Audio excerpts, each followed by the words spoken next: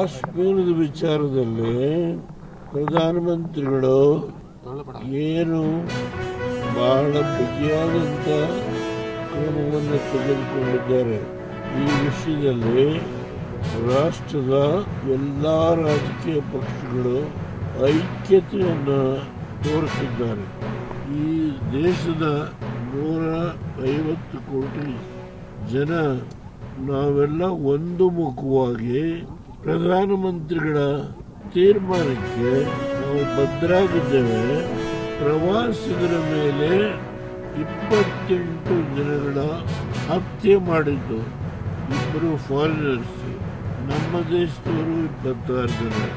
ನಿಷ್ಕರುಣೆಯಿಂದ ಅವ್ರನ್ನ ಹತ್ಯೆ ಮಾಡಿದಂಥ ಈ ಯಾರು ಎಕ್ಸ್ಟ್ರೀಮಿಸ್ಟ್ ಇದ್ದಾರೋ ಅವ್ರನ್ನ ಸಂಪೂರ್ಣವಾಗಿ ನಾಶ ಮಾಡೋವರೆಗೂ ನಾನು ಬಿಡೋದಿಲ್ಲ ಅಂತೇಳಿ ಪ್ರಧಾನಮಂತ್ರಿಗಳು ಏನೆಲ್ಲ ಕ್ರಮವನ್ನು ತೆಗೆದುಕೊಂಡಿದ್ದಾರೆ.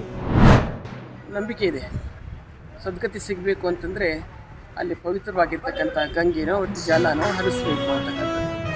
ಅದರ ಭಗೀರಥ ಮಹಾರಾಜ ಏನು ಮಾಡ್ತಾ ಗಂಗೆಯನ್ನೇ ತರುವ ಪ್ರಯತ್ನವನ್ನು ಮಾಡಿ ಭೂಲೋಕಕ್ಕೆ ಅದರಿಂದ ಎಷ್ಟು ಒಳ್ಳೆಯದಾಯಿತು ಅಂದರೆ ಇಡೀ ಮನುಕುಲಕ್ಕೆ ಭೂದೇವಿ ಸಸ್ಯ ಶ್ಯಾಮಲೆ ಸಮೃದ್ಧವಾಗಿ ಬೆಳೆಯಬೇಕು. ಎಲ್ಲ ನದಿಗಳು ಒಣಗಿದ್ರು ಗಂಗಾ ಎಂದೂ ಒಣಗಿಲ್ಲ, ಒಣಗೋದು ಇಲ್ಲ. ಅವರೊಬ್ಬರು ಆಗಿನ ಕಾಲದ ಒಂದು ಏನು ಇಂಜಿನಿಯರ್ ಆಗಿದ್ದರು, ರಾಜರಾಗಿದ್ದರು ಕೂಡ ಅವರು ತಪಸ್ಸನ್ನು ಮಾಡಿದರು. ಬೆಟ್ಟ ಗುಡ್ಡಗಳನ್ನು ಕಡಿದು ತಪಸ್ಸನ್ನು ಮಾಡಿ ಗಂಗೆಯನ್ನು, ಹಿಮಾಲಯದ ಕಡೆ ಹೋಗ್ತಕ್ಕಂಥ ಗಂಗೆಯನ್ನು ಭಾರತದ ಭೂಮಿಯೊಳಗೆ ತಂದರು. ಅಂಥ ಒಂದು ಭೂಮಿಯನ್ನು ತಂದ ಈ ದೇಶಕ್ಕೆ ನೀರನ್ನು ಮತ್ತು ಫಲವತ್ತತೆಯನ್ನು ಹೆಚ್ಚು ಮಾಡಿದರು.